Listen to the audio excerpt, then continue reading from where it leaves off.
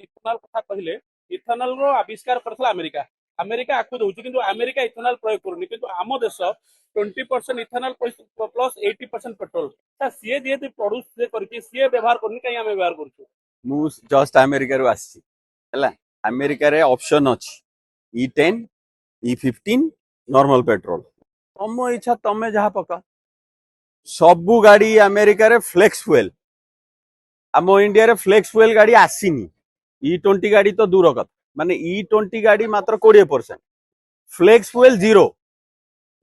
माने को भी तेल पकई पार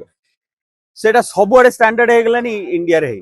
E20 रो किट आसीनी किट अप्रूव है चेंज पे अरे एटा हमरो हाई ह्यूमिडिटी कंट्री इथानॉल माने कौन कहलु गाड़ी की मद पियाय माने लोक मद पी पी आ सरी गले तो एबे हम गाड़ी मान को मद पिया आ से मदर पानी आगो टाणियो पानी टारला माने आपणकर जेते पार्ट्स अछि सब एठी आम ह्यूमिडिटी की नहीं करी सब कोणा ही इंजिन पिस्टन विस्टन सब ढिला ही जीवो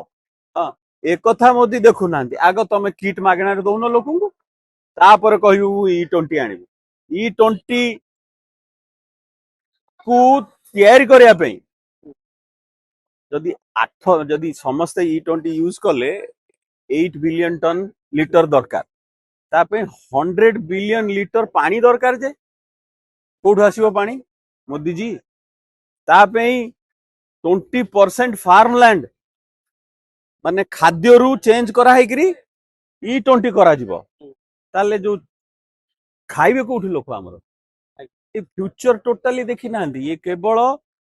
गडकरी एंड फैमिली पैसा कमेबे बेली दे माडी दियो